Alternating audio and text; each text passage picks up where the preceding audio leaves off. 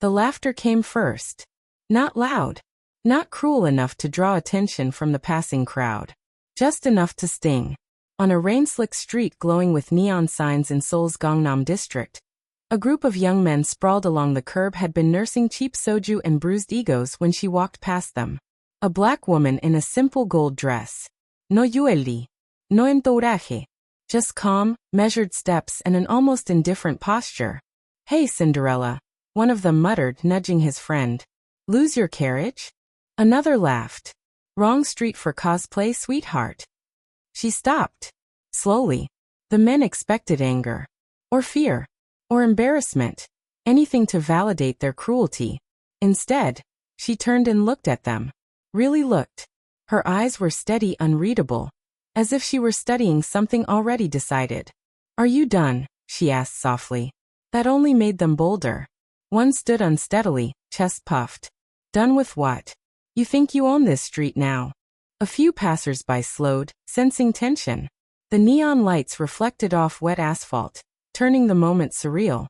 What none of them noticed, what no one ever noticed, were the four men standing behind her. Dressed in black. Silent. Still. Watching. They weren't bodyguards. Not officially. They were waiting. The mockery continued. The brave one lunged. He never touched her. In one fluid motion he was on the ground, pinned, breath knocked out of him, staring up at a man whose expression held no emotion at all. Within seconds, the others joined him on the pavement, fear replacing arrogance. Bystanders stared. Phones came out. One whispered, "Who is she?" Amara stepped closer, her heels clicking softly against the wet street. "You see," she said quietly, "I walk like this on purpose."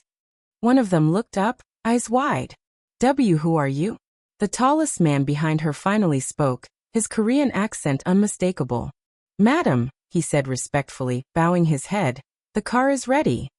That word, madam, hit harder than any punch. The men on the ground froze. They knew that tone. They'd heard stories. One of them whispered, barely audible, "Wait, is she?" Amara turned, her gold dress catching the neon light like armor. "Yes," she said over her shoulder. "I'm Han Jun-suk's wife." Silence. Pure. Suffocating silence. Then headlights cut through the rain. A black sedan pulled up smoothly, almost ceremoniously. The door opened. A man stepped out. Han Jun-suk himself. Not angry. Not rushed. Just disappointed. He looked at the men on the ground. Not with rage, but with the calm of someone deciding whether something still had value. "You laughed at her," he said softly. "In my city. Hello, my friends and loved ones. Thanks for joining me on this beautiful story. As we continue this story, kindly take a moment to subscribe to this channel, like the video, and I love to always hear from you. Where are you watching from and what time is it at your end right now? Thank you for subscribing. Now let's go back to where it all began. Her name was Amara Okoye, and for most of her life, she had been a ghost. Not literally. Not tragically. By choice. Growing up in Chicago's South Side, Amara learned early that the world had already decided who she was before she opened her mouth. Black. Female. Too quiet. Too observant. The kind of girl teachers forgot to call on. The kind strangers' eyes slid past in crowded rooms. She was 8 years old when she realized invisibility was a superpower. It happened in her third-grade classroom. 2 boys were fighting over a stolen pencil case, shouting, shoving, both insisting they were innocent. The teacher demanded to know who the real thief was. Every child pointed fingers, blamed someone else. Amara had been sitting in the back, watching the whole thing unfold. She'd seen the third boy, the quiet one everyone liked, slip the case into his bag while the others argued. When she raised her hand to speak, the teacher looked right through her. "Anyone else?" the teacher asked, scanning the room again. Amara lowered her hand. She never raised it again. Instead, she learned to watch, to listen, to collect information like currency and spend it only when necessary. While other children shouted to be heard, Amara became fluent in the language of silence. The slight pause before someone lied, the shift in posture that revealed fear, the micro-expressions that betrayed true intentions. Her grandmother called it a gift. Her mother called it unsettling. Amara called it survival. By 15, she'd mastered the art of being underestimated. Teachers assumed she wasn't paying attention when she sat quietly in the back. Store clerks followed her through aisles, never suspecting she was memorizing their security patterns for a sociology project. Men on the street catcalled, then looked confused when she didn't react, as if her silence somehow invalidated their existence. She learned that the world expected Black women to be loud or submissive, angry or accommodating. There was no script for someone like her. Self-contained, watchful, unmoved by provocation. So she wrote her own. College was worse. Then better. Then worse again. White classmates spoke over her in seminars, then plagiarized her ideas. Professors praised her writing but seemed surprised each time. As if intelligence was supposed to be temporary.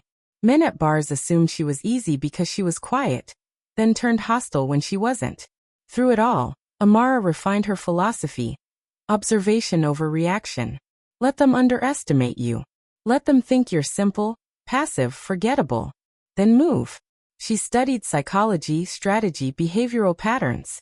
She learned 5 languages not because she loved them, but because she loved understanding rooms she wasn't supposed to be in. She took jobs that let her travel.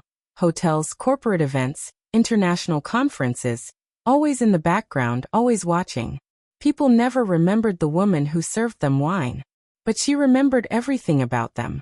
By 25, Amara had built a life of intentional obscurity. No social media. No permanent address. No close friends who might ask too many questions. She moved between cities like water, adapting to each environment without leaving a trace. She told herself it was freedom. Sometimes late at night, it felt like loneliness. But loneliness was safer than visibility. Safer than trusting that the world would see her as anything more than what it wanted her to be. Soul changed everything. She'd taken a temporary job coordinating an international business summit. 12-hour days, no spotlight, perfect anonymity. She wasn't supposed to be at the private reception. Wasn't supposed to be in the room when the deal went wrong. But she was. And she saw everything. Including him. Han Jun-suk sat at the far end of the room, surrounded by men who spoke too loudly, laughed too quickly. They were performing for him. He was tolerating them. His eyes found hers across the room. Most people, when caught staring, look away. Amara held his gaze. For 3 seconds. Then she turned and left. She didn't know then that those 3 seconds would change her life. Didn't know that Han Jun-suk, a man who commanded empires from shadows, had spent years surrounded by people who either feared him or wanted something from him. She was the first person in a decade who'd looked at him and seen a man. Not a reputation. Not an opportunity. Just a man. 2 days later, her phone buzzed with a message from an unknown number. No greeting. No explanation. Just 4 words. You're not invisible anymore. Amara stared at the screen. Her heart rate steady but her mind racing. She should have been afraid. Instead, for the first time in years, she smiled. Someone had finally seen her. The question was, what would she let them see next? They never said his name in public. In the boardrooms of Seoul's financial district, executives spoke in careful pronouns. He's considering the merger. His people have concerns. We should wait for his approval. In the backrooms of Gangnam's exclusive clubs, politicians traded favors in hushed tones. He supports the infrastructure bill. He's withdrawn backing from the opposition. Cross him, and your career ends before morning. In the narrow alleys where debts were collected and territories negotiated, even hardened criminals lowered their voices. He doesn't forgive twice. He remembers everything. Pray you never meet him face to face. Han Jun-suk existed everywhere and nowhere. His name appeared on no corporate documents. His face graced no photographs in the media.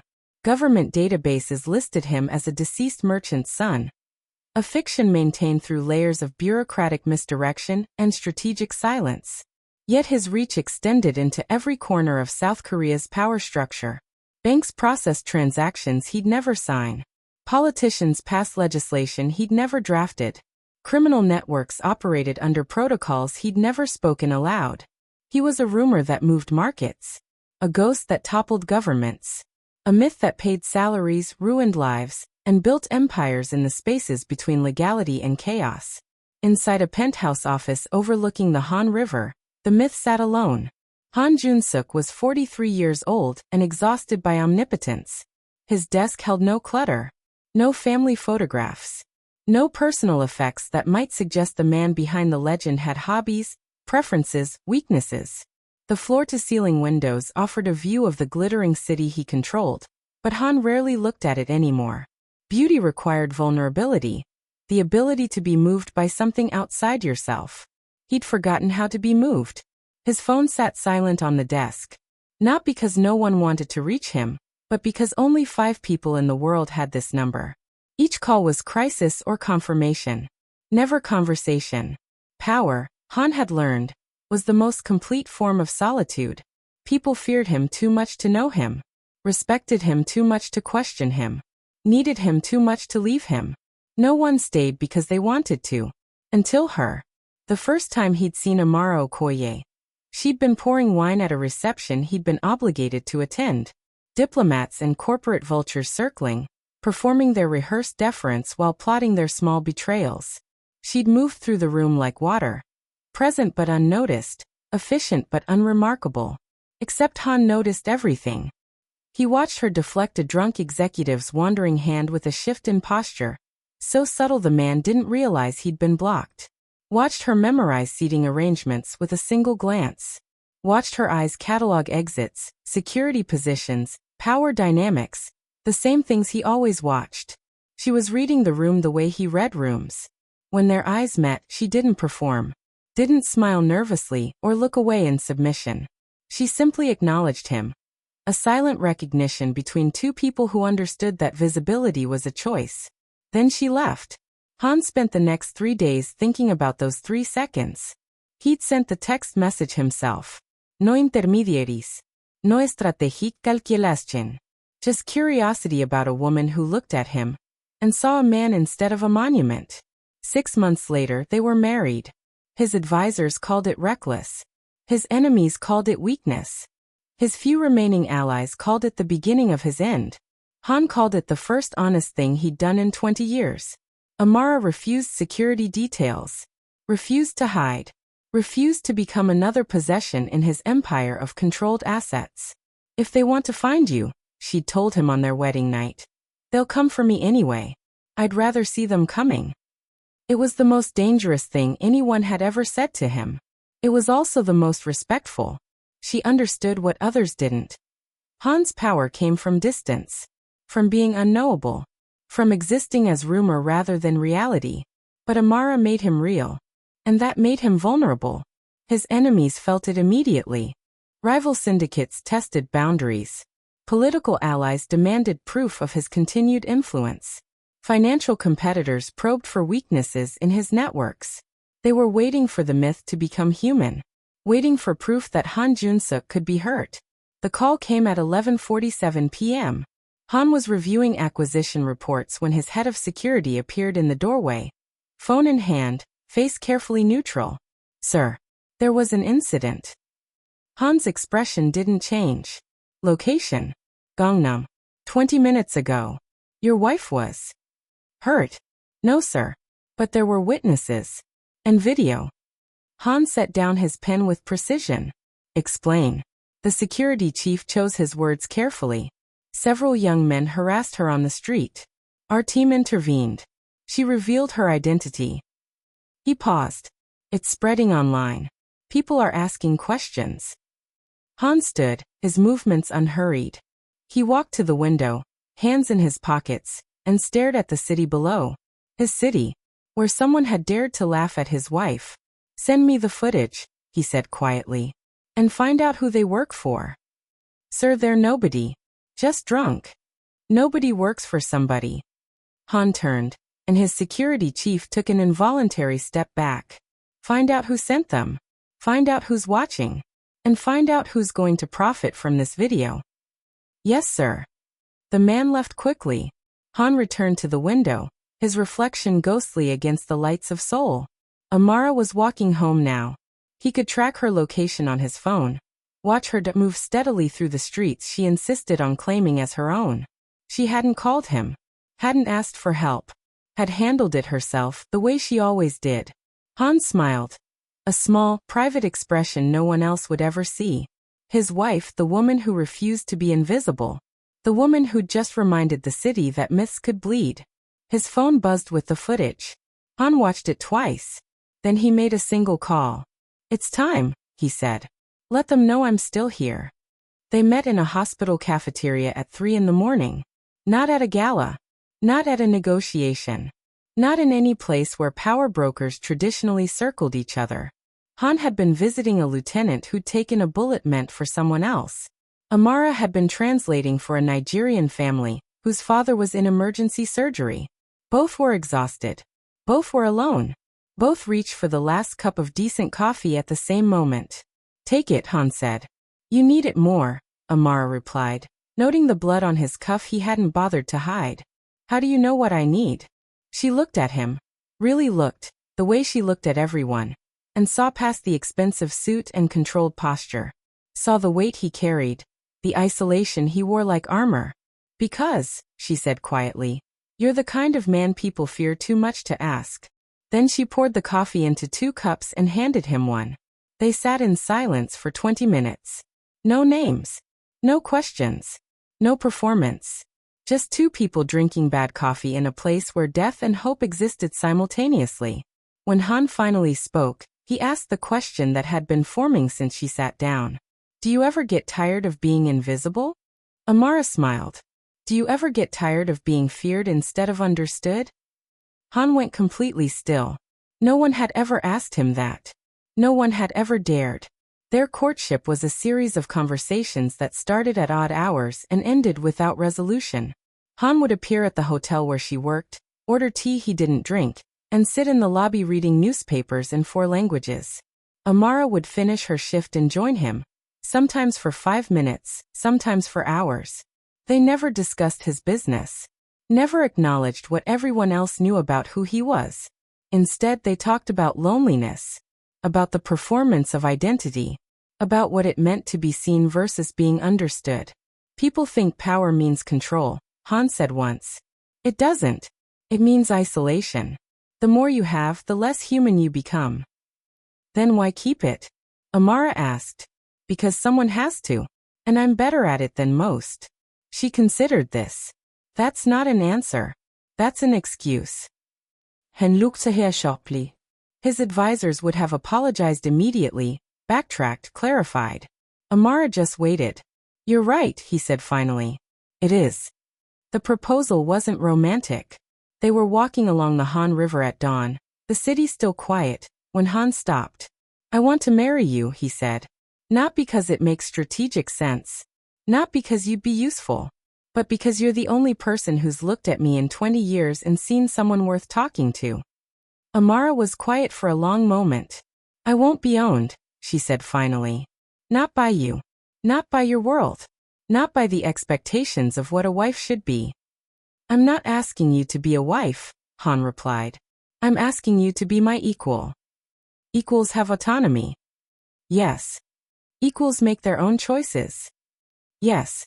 Equals aren't hidden behind walls and bodyguards. Hanjautik tanat. Amara. "If I marry you," she interrupted, "I walk where I want. Live how I want. I won't become invisible again because it's safer for you." This was the dangerous part. The part that made his security team panic and his advisors threaten to resign. But Han understood something they didn't. Amara's visibility was her protection. The moment she hid, she became a target. A weakness to be exploited, leverage to be used. As long as she moved freely, she was a question mark. A woman who could be anywhere, know anything, see everything. In a world of carefully constructed power, uncertainty was armor. 3 conditions, Han said finally. You tell me where you're going. You carry a phone. And you trust that I'm watching even when you can't see me. And you trust that I know how to survive, Amara countered. That's not trust. That's faith. Is there a difference? Han smiled, a rare, genuine expression. With you? I'm still learning. They married in a private ceremony with no guests. The city's power brokers were furious. His enemies were delighted. His allies were confused. No one understood why a man who built his empire on invisibility would marry someone who refused to hide. But Han understood. Amara made him human, reminded him that power without purpose was just control. And Amara had finally found someone who saw her completely and asked for nothing in return except the truth. 6 months into their marriage, the arguments began. Not about love. Not about loyalty. About safety. "You're walking to the market?" Han asked one evening, his tone carefully neutral. "Yes." "At night?" "Yes." "Alone?" Amara set down her book. "This is what we agreed to." "I agreed to autonomy. Not recklessness." "To you they're the same thing." Han stood, frustration breaking through his usual composure. "They'll test you eventually. Use you to get to me. And I won't," he stopped, jaw tight. "I won't lose you to prove a point." Amara crossed to him, placed her hand against his chest. "You won't lose me. Because the moment I hide, I become what they think I am. Your possession. Your weakness." She met his eyes. "I'm not your weakness, Han. I'm your mirror. I reflect what you could be if you stopped ruling from shadows." He wanted to argue, wanted to lock her away where enemies couldn't reach her. Instead, he did something harder. He let her go. "If anything happens, you'll know before I do," Amara promised. "You always do." She kissed him once, then walked out into the soul night. Han watched from the window as her figure disappeared into the crowd. His phone showed her location. His security team tracked her movement. But for the first time in his carefully controlled life, Han Jun-suk felt something he'd forgotten how to feel. Fear. Not of enemies. Not of exposure. But of loving someone enough that her choices became his vulnerability. And knowing that was exactly why she was right. The video went viral by morning. Not on mainstream platforms. Those could be controlled, scrubbed, suppressed with a phone call. But in the underworld's digital spaces, in encrypted chat rooms where criminals traded intelligence like currency, the footage spread like poison through water. 47 seconds. A black woman in gold. For men in suits. A reverent bow. A single word, madam. And then the name that changed everything. Han Jun-suk's wife. By noon, 3 things happened simultaneously across Seoul's criminal networks. The Jade Serpent Triad held an emergency meeting. The Busan Port Authority doubled security on Han's shipping routes. And in a restaurant basement in Itaewon, a man named Choi Min-ho watched the video 17 times before making a single phone call. "She walks alone," he said. "That means he's vulnerable." "Or it's a trap," his associate warned. Choi smiled. "Then let's find out which." Amara felt it on the 3rd day. Not eyes, she was used to those. Seoul had stared at her since she arrived, their gazes sliding away when she looked back, their whispers following her through markets and subway stations. This was different. This was patient. She noticed the same motorcycle courier twice in 4 hours. Saw a woman in a red coat who appeared at 3 different locations, always maintaining the same distance. Felt the weight of surveillance that wasn't Han's. His teams were invisible by design, shadows that protected without presence. These watchers wanted to be felt. It was a message. "We see you seeing us." Amara didn't run. Didn't call Han's security. Didn't change her route. Instead, she stopped at a corner cafe, ordered tea she didn't want, and sat by the window. Waiting. The woman in the red coat walked past. Slowly. Their eyes met through the glass. The woman smiled. Not threatening. Not mocking. Just knowing. Then she disappeared into the crowd. Amara's hands were steady as she lifted her cup, but her mind raced through calculations. This wasn't surveillance for intelligence gathering. Han's enemies already knew where she lived, where she went, what she did. This was theater. A demonstration that she could be reached, touched, taken. The first threat arrived that evening. Not to her. Not to Han. To the Nigerian family she'd helped translate for at the hospital. The night she'd met Han over coffee. Their apartment was ransacked. Nothing valuable stolen. No one hurt. But on their kitchen table, arranged with deliberate care, were photographs of Amara entering the hospital. Amara speaking with them in the waiting room. Amara handing their young daughter a piece of candy. The message was clear. We know who matters to you. We know how to hurt you without touching you. When Amara arrived, called by the terrified mother, the police were already leaving. Random break-in, they said, barely glancing at the photos. Very common in this neighborhood. The mother gripped Amara's hands, tears streaming. They said your name. The men who came. They said, tell her we can find anyone. Amara's blood went cold. She stayed until the family was calm, helped them secure the door, gave them Han's private emergency number, something she'd never done before. Then she walked home. Alone. As insisted. Han was waiting in their apartment, his posture rigid with controlled fury. I know, Amara said before he could speak. They use civilians. People you helped. People with children. His voice was quiet. The dangerous kind of quiet that preceded calculated violence. This ends now. I'm a seinen. No. Amara. If I hide they win. She set down her bag with deliberate calm, though her hands wanted to shake. They prove I'm your weakness. That you'll compromise yourself to protect me. You are my weakness, Han said, and the raw admission in his voice stopped her cold. That's not strategy. That's fact. For a long moment neither spoke. I miscalculated. Amara admitted finally, the words bitter. I thought walking freely made me dangerous, unpredictable, but they interpreted it as arrogance. She met his eyes. I made you look weak, and now they're testing whether you'll defend what's yours. You're not mine. You're you.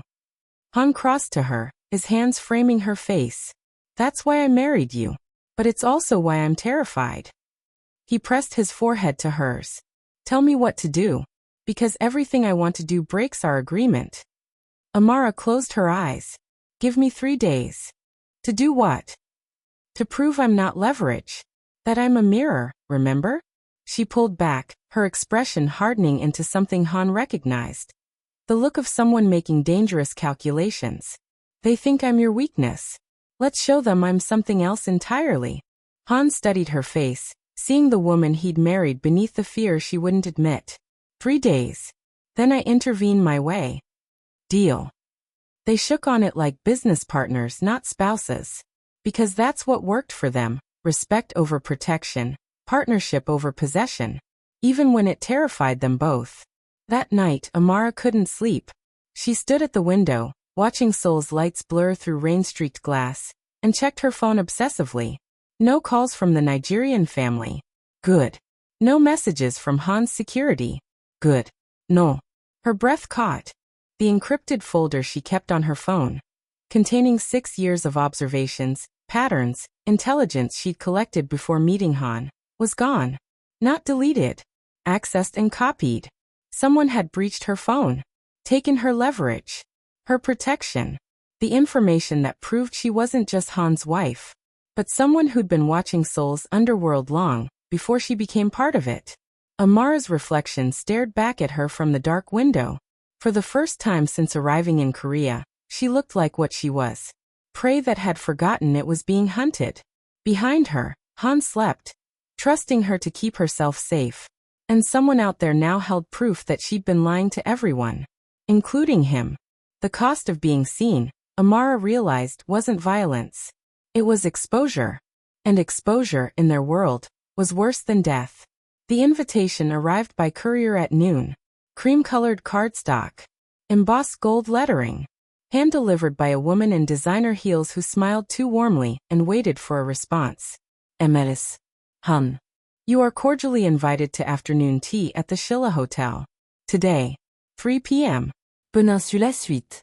Come alone. A friend who understands difficult positions. No signature. No threat. Just the kind of polite violence that happened in spaces where money and power made rules obsolete. Amara read it twice, then looked at the courier. Tell whoever sent this that I'll be there. The woman's smile widened. They said you'd be brave. They're wrong, Amara replied. I'm curious. There's a difference. The Peninsula Suite overlooked Seoul's skyline, through floor-to-ceiling windows that cost more than most people's homes. Inside, A woman in her 50s sat poised behind an antique tea service, her posture perfect, her expression glacial. Park Ji-won. Amara recognized her from Han's files. The woman who didn't exist in public records but owned half of Gangnam's real estate through shell corporations. The matriarch of the Jade Serpent Triad, though no one had ever proven it. A woman who'd spent 30 years turning Seoul's underground into an empire, while maintaining the facade of a charitable socialite. Mrs. Han, Park said, her Korean flawless, her smile absent. How kind of you to accept my invitation. How predictable of you to extend it, Amara replied, sitting without waiting for permission. Park's eyes flickered, surprise then calculation. I like directness. It saves time. She poured tea with practiced grace. I'll be direct as well. You're a liability your husband can't afford. That's his concern, not yours. It becomes my concern when his distraction affects business. Park set down the teapot with delicate precision. Your little street performance has caused complications. Rumors of weakness. Questions about succession. Rivals wondering if Han Jun-suk has gone soft. And you're worried this affects your arrangements with him. I'm certain it does. Park leaned forward slightly. Here's what will happen, Mrs. Han. You will return to America. Quietly, Han will tell people the marriage was a cultural experiment that failed. In exchange, I'll ensure your family in Chicago remains undisturbed. Your grandmother, Clara, isn't it? Will continue her peaceful retirement. The temperature in the room dropped 10 degrees. Amara's expression didn't change, but something in her eyes did. A shift from observation to assessment. You researched me, she said quietly. Of course. You're surprisingly documented. For someone who tries so hard to be invisible.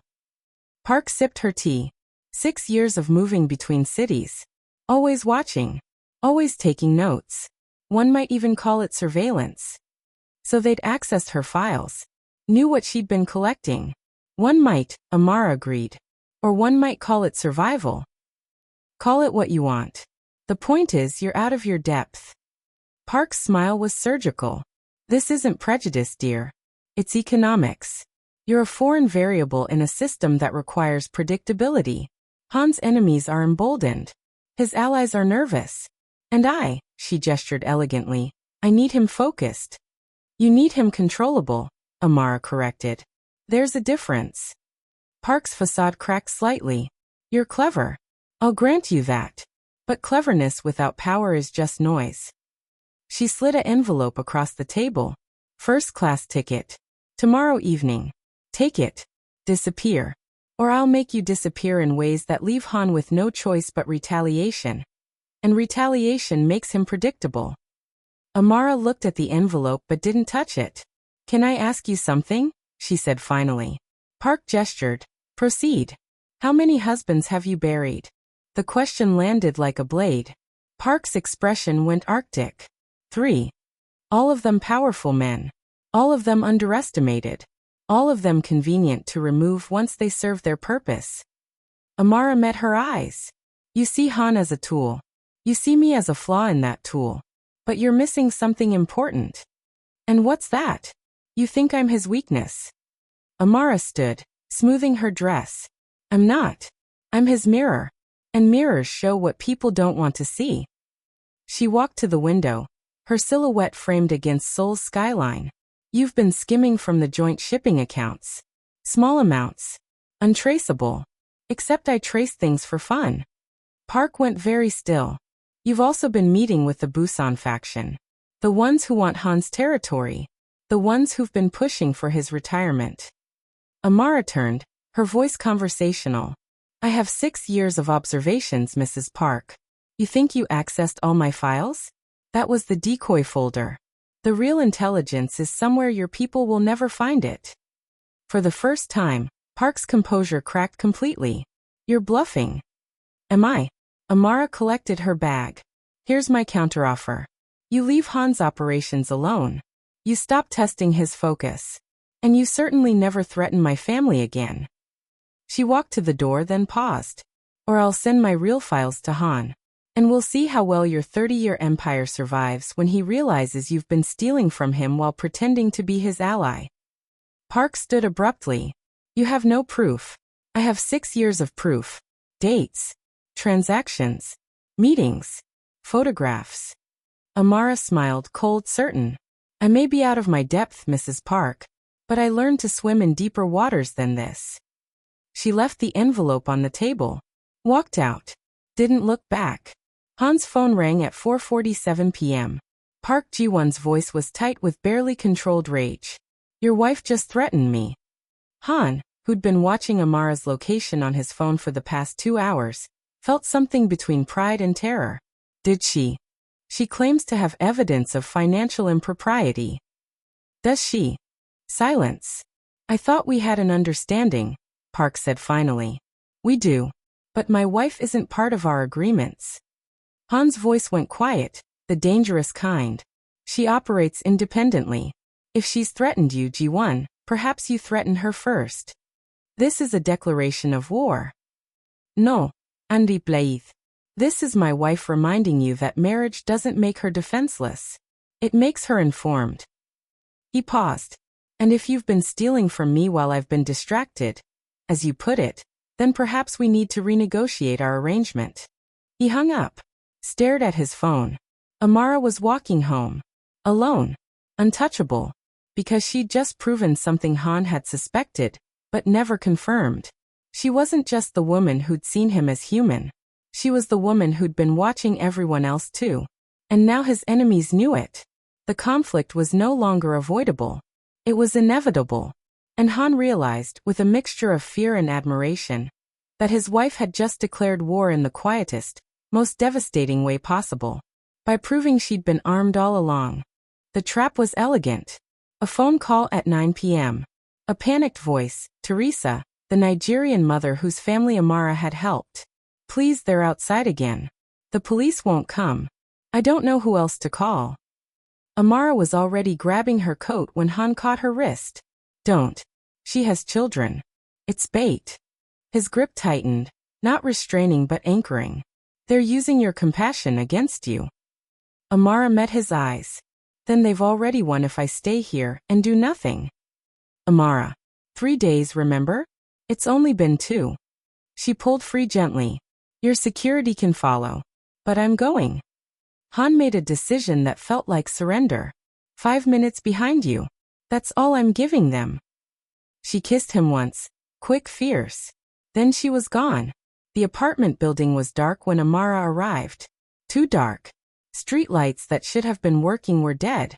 The usual cluster of people smoking on the corner, absent.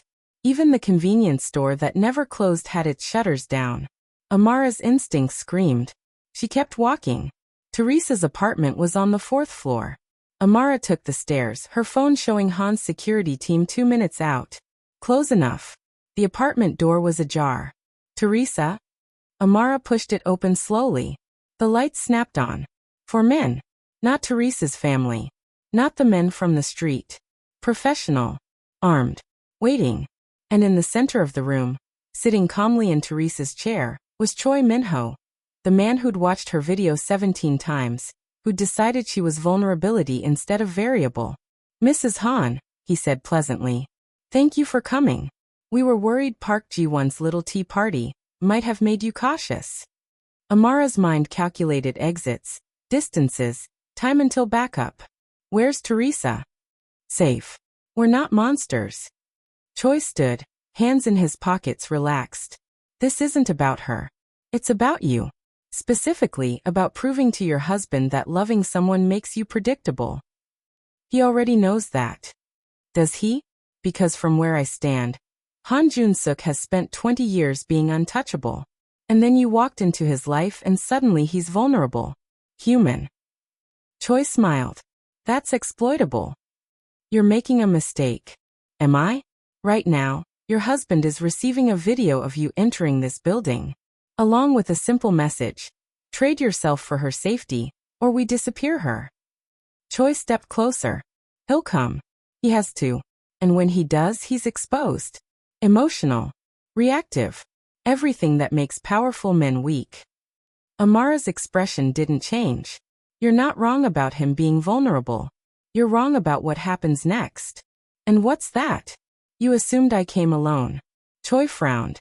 We've been watching. There's no one. The windows exploded inward. Not glass shattering, something else. Flash grenades. Smoke.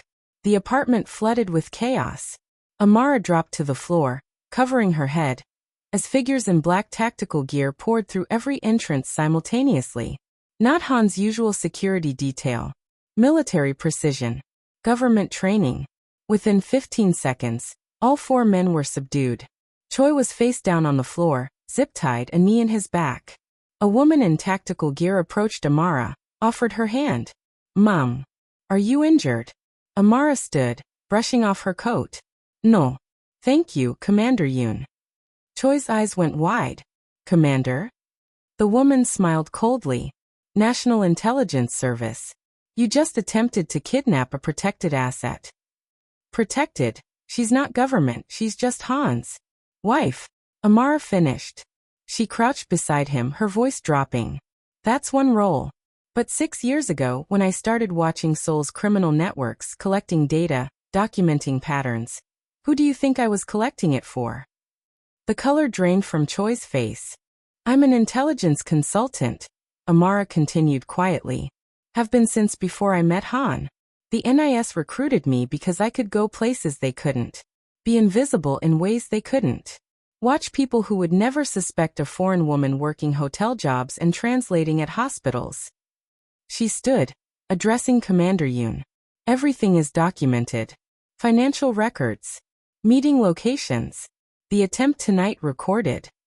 She pulled a small device from her collar. Audio and video. Conspiracy to kidnap. Attempted extortion of a civilian. Choi was dragged to his feet, realization crashing over him. Han Knulfs. Not yet, Amara said. But he's about to. Han arrived 60 seconds later, crashing through the door with his own security team, weapon drawn, eyes wild with barely controlled terror. He saw Amara standing calmly among NIS agents. Saw Choi in custody. Saw his wife, untouched, unharmed, absolutely in control. What? We need to talk, Amara said quietly. In private. On the rooftop, under Seoul's indifferent stars, Amara told him everything. The recruitment 6 years ago. The intelligence gathering. The reason she'd been in Seoul at all. Not chance but assignment. Meeting Han had been coincidental. Falling in love had been unplanned. But staying invisible while married to the city's most powerful criminal? That had been strategic. You've been spying, Han said, his voice flat. I've been watching. There's a difference. Amara faced him. Everything I gave you was real. My feelings. My choice. My trust. But I couldn't tell you without compromising both of us. So our marriage is real, Amara interrupted fiercely. You, Han. Not as cover. Not as access. But because you saw me when no one else did. She stepped closer. And now I'm choosing you again. By burning my position. By exposing my role. Because protecting you matters more than protecting my cover. Han stared at her. This woman he'd married, this stranger he loved. The NIS will want debriefing. Compensation. You've just compromised years of intelligence work. I know. They'll be furious. I know. And you did it anyway. Yes. Amara's eyes held his.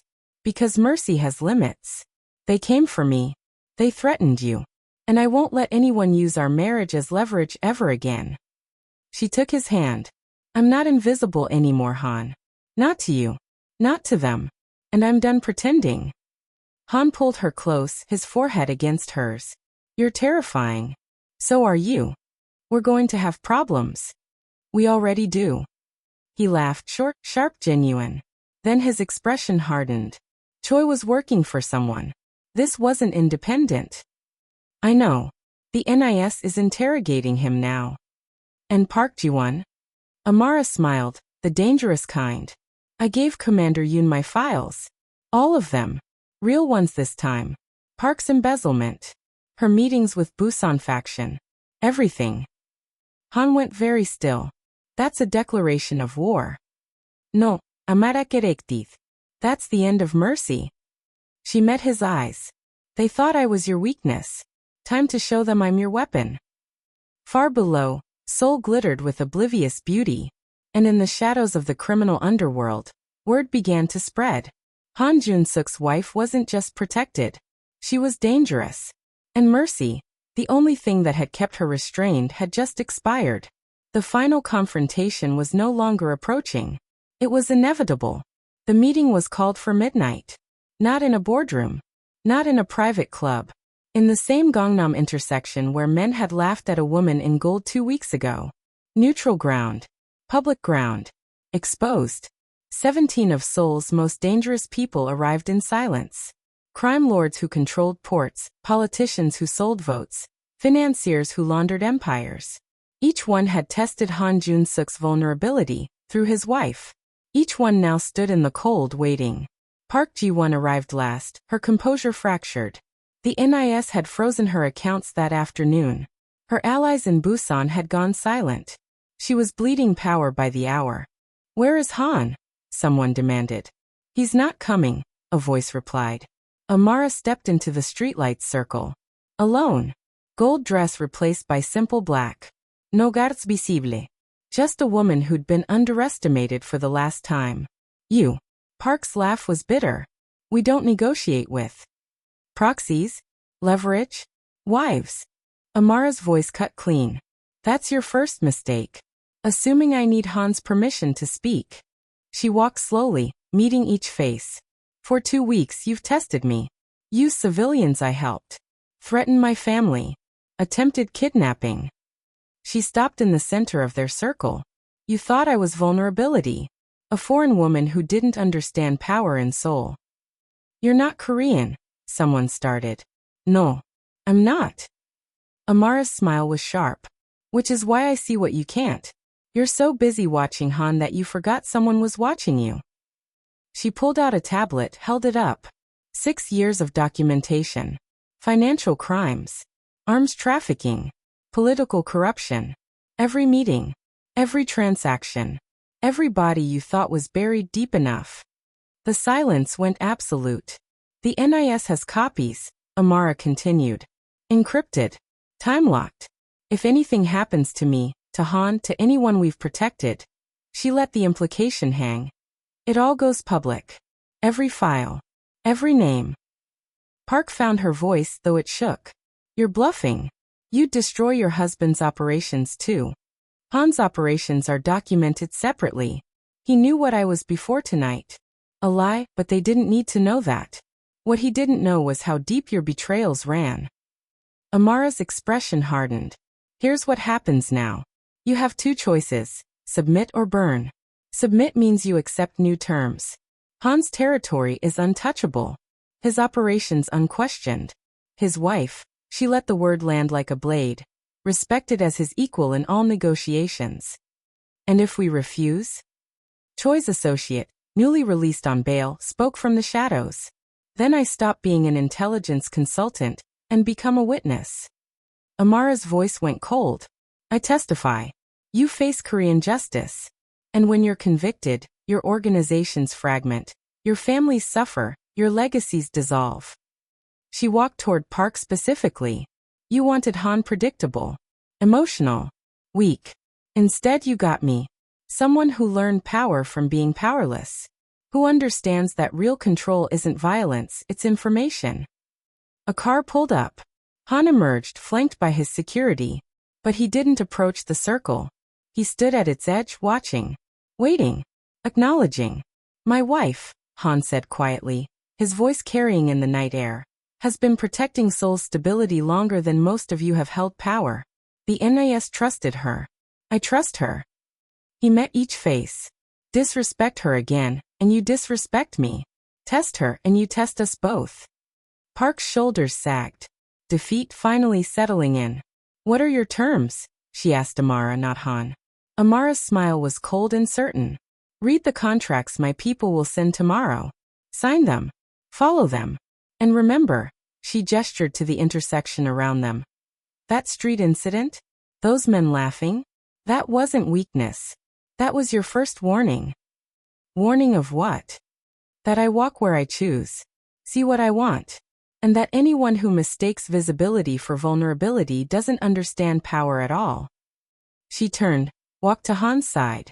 He took her hand, not possessively, as equals. Oh, Amara added, glancing back. One more thing. Teresa and her family? They're under permanent protection now. Touch them, and our agreement ends immediately. The circle broke. One by one Soul's power brokers bowed, not deeply, not in submission, but in acknowledgement. A new player had entered the game, and she'd been winning since before they knew she existed. As they drove away, Han finally spoke. You enjoyed that? I did, Amara admitted. Terrifying and impressive. Just like you. He laughed, genuine and relieved. What happens now? Now. Amara squeezed his hand. Now we see if mercy was actually weakness, or if it was just me learning exactly how far I'd go to protect what matters. Han understood. She'd burned her cover, exposed her role, declared war on his enemies. All to prove that being seen wasn't vulnerability. It was power. And mercy, finally completely, had transformed into something far more dangerous. Justice. 3 weeks later, Seoul looked the same. Neon signs still burned against rain-slick streets. Traffic still clogged Gangnam's arteries at rush hour. Street vendors still sold taekbaki to students who'd never heard of Park Ji-won or Choi Min-ho. The city had swallowed the conflict whole and continued breathing. But beneath the surface, everything had changed. Park Ji-won's empire quietly dismantled itself. Assets liquidated, territories surrendered, alliances dissolved. She retired to Jeju Island, wealthy but irrelevant. No trial. No scandal. Just the kind of invisible ending that happened to people who tested the wrong boundaries. Choi's organization fragmented within days. His associates scattered. His name became a warning whispered in back rooms. Don't mistake visibility for weakness. The contracts Amara sent were signed without negotiation. New terms established. New hierarchies acknowledged. Seoul's underworld learned a lesson it would never forget. The woman in the gold dress wasn't decoration. She was documentation. And documentation, in their world, was more lethal than any weapon. Amara walked the same streets now as she had before. Same route to the market. Same quiet cafes where she read books in multiple languages. Same unhurried pace that had once invited mockery. But something had shifted in the air around her. People still stared. Seoul would always stare at a black woman moving through its spaces, but the quality of attention had changed. Not curiosity. Recognition. Not fear. Respect. The kind that came from understanding that power didn't always announce itself with guards and motorcades and closed-off streets. Sometimes it walked alone, deliberately visible, choosing to be underestimated until the moment it wasn't. Teresa's family sent her gifts she never asked for. Homemade meals, children's drawings, gratitude that felt like family. Amara accepted them with the same quiet grace she'd shown that first night in the hospital. Helping hadn't been strategy then. It still wasn't. That was the point. Han watched her from their apartment window some evenings. This woman who'd turned his carefully constructed empire sideways simply by refusing to hide. Do you miss it? He asked one night. The invisibility. Amara considered the question. I miss the safety of it. The simplicity. She turned from the window. But I don't miss the loneliness of being unseen. And now I'm seen. By you. By them. By the city that tried to make me small. She smiled. But on my terms. That's the difference. It happened on a Thursday. Amara was walking through Itaewon, carrying groceries, lost in thought about dinner plans and whether Han would make it home before midnight. A group of young men lounged outside a convenience store. The same configuration as that night in Gangnam. Bold with youth and cheap alcohol. One nudged another as she approached. The familiar setup. The beginning of mockery. Amara didn't slow. Didn't alter her path. Didn't acknowledge them. The first young man opened his mouth. And closed it. Something in her posture. The way she carried herself. The absolute certainty that she belonged exactly where she was. Or maybe it was the way the street seemed to hold its breath around her. The way other pedestrians gave her space without thinking about it. The way even strangers somehow knew that this woman walking alone with groceries was someone you didn't test. The young men looked at each other, uncertain. The moment passed. Amara continued walking. No guards appeared. No threats were made. No violence demonstrated. Just silence. And in that silence, a complete understanding. Some power didn't need to be proven because it had already been established. She turned the corner, disappearing into the evening crowd. Behind her, one of the young men whispered, "Who was that?" His friend, slightly older, slightly wiser, replied, "Someone we're lucky we didn't disrespect." That night, lying beside Han in the darkness, Amara thought about power. The kind that shouted, that needed guards and guns and constant demonstration. And the kind that whispered, that moved through the world unchanged by its own authority. She'd spent her life being invisible by necessity, then visible by choice. And now? Now she was simply present, neither hiding nor performing, just existing with the quiet confidence of someone who knew exactly what she was capable of and didn't need to prove it. "What are you thinking about?" Han asked, half asleep. "That I finally understand something," Amara replied. "What's that?" She turned to face him in the darkness. "The most dangerous power is the one that doesn't announce itself." Han smiled, pulling her closer. "You learned that from watching?" "No, Amara corrected softly. I learned that from being it." Outside, Seoul glittered with 10 million lives, each one navigating their own relationship with power and presence. And somewhere in those crowded streets, the woman who'd refused to be invisible had become something else entirely. Unforgettable. Not because she demanded attention, but because she'd proven that true power, the kind that lasted, the kind that changed things, didn't need to shout. It just needed to be seen. And remembered. Thank you, my friends and loved ones, for having stayed to this very end of this story. I hope you enjoyed it so much. Now, to always be getting our videos whenever we upload, kindly subscribe to the channel, like the video and share with your loved ones. To hear from you, what stands out in this story for you? And what would you like to do if you were found in this situation?